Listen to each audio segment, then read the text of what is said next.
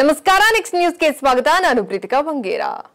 ರಾಜ್ಯ ಕಾಂಗ್ರೆಸ್ ಸರ್ಕಾರದ 2023ರ ವಿಧಾನಸಭಾ ಚುನಾವಣೆಯಲ್ಲಿ ರಾಜ್ಯದ ಜನತೆಗೆ ಪಂಚ ಗ್ಯಾರಂಟಿಗಳನ್ನು ಜಾರಿಗೊಳಿಸುವುದಾಗಿ ಭರವಸೆಯನ್ನ ನೀಡಿತ್ತು. ಅದರಂತೆ ರಾಜ್ಯದಲ್ಲಿ ಕಾಂಗ್ರೆಸ್ ಸರ್ಕಾರ ಅಧಿಕಾರಕ್ಕೆ ಬಂದ ಬಳಿಕ ಹಂತ ಹಂತವಾಗಿ 5 ಗ್ಯಾರಂಟಿಗಳನ್ನ ಜಾರಿಗೆ ತರುವಲ್ಲಿ ಕಾಂಗ್ರೆಸ್ ನಾಯಕರು ಯಶಸ್ವಿಯಾಗಿದ್ದಾರೆ.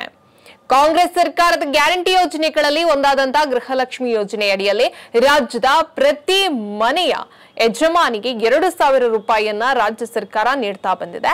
ಇನ್ನು ಆರಂಭದಲ್ಲೇ ರಾಜ್ಯ ಸರ್ಕಾರ ಮಹಿಳೆಯರ ಖಾತೆಗೆ ಹಣವನ್ನ ಜಮಾ ಮಾಡ್ತಾ ಇತ್ತು. ಇದೀಗ ಕಳೆದ 4-5 ತಿಂಗಳಿಂದ ಮಹಿಳೆಯರ ಖಾತೆಗೆ ಹಣ ಜಮಾನೆ ಆಗದೆ ಹಿನ್ನೆಲೆಯಲ್ಲಿ ವಿಪಕ್ಷಗಳು ಹಾಗೂ ಮಹಿಳೆಯರು ರಾಜ್ಯ ಸರ್ಕಾರದ ವಿರುದ್ಧ ಬಹಿರಂಗವಾಗಿ ಅಸಮಾಧಾನವನ್ನ ಹೊರ ಹಾಕ್ತಾ ಇದ್ದಾರೆ. ಇನ್ನು ಗೃಹಲಕ್ಷ್ಮಿ ಯೋಜನೆ ವಿಚಾರವಾಗಿ ಆಗಾಗ ರಾಜ್ಯದಲ್ಲಿ ಜನರಲ್ಲಿ ಭಾರಿ ಗೊಂದಲದ ಪ್ರಶ್ನೆಗಳು ಕೂಡ ಉದ್ಭವವಾಗ್ತಾ ಇದೆ. ಇದಕ್ಕೆ ಪ್ರಮುಖ ಕಾರಣ ಗೃಹಲಕ್ಷ್ಮಿ ಹಣ ಸರಿಯಾದ ಸಮಯಕ್ಕೆ ಬಿಡುಗಡೆಯಾಗದೆ ವಿಳಂಬವಾಗ್ತಾ ಇರೋದು.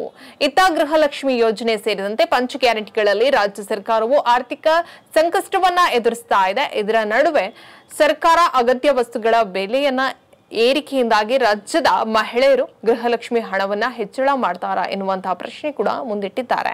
ಆದರೆ ಇದರ ಬಗ್ಗೆ ಸರ್ಕಾರ ಯಾವುದೇ ಪ್ರತಿಕ್ರಿಯೆಯನ್ನ ಕೂಡ ನೀಡಿಲ್ಲ. ಇನ್ನು ಗೃಹಲಕ್ಷ್ಮಿ ಯೋಜನೆಯ ಫಲಾನುಭವಿಗಳ ಪಟ್ಟಿಯಲ್ಲಿ ಹೆಸರು ಕೈಬಿಡಲಾಗ್ತಿದೆ ಎಂಬ ವದಂತಿಗಳು ಕೂಡ ಇದೆ. ಇನ್ನು ಸಚಿವೆ ಲಕ್ಷ್ಮೀ ಹೆಬ್ಬಾಳ್ಕರ್ ಇದಕ್ಕೆ ಸ್ಪಷ್ಟನೆಯನ್ನ ಕೂಡ ನೀಡಿದ್ದಾರೆ.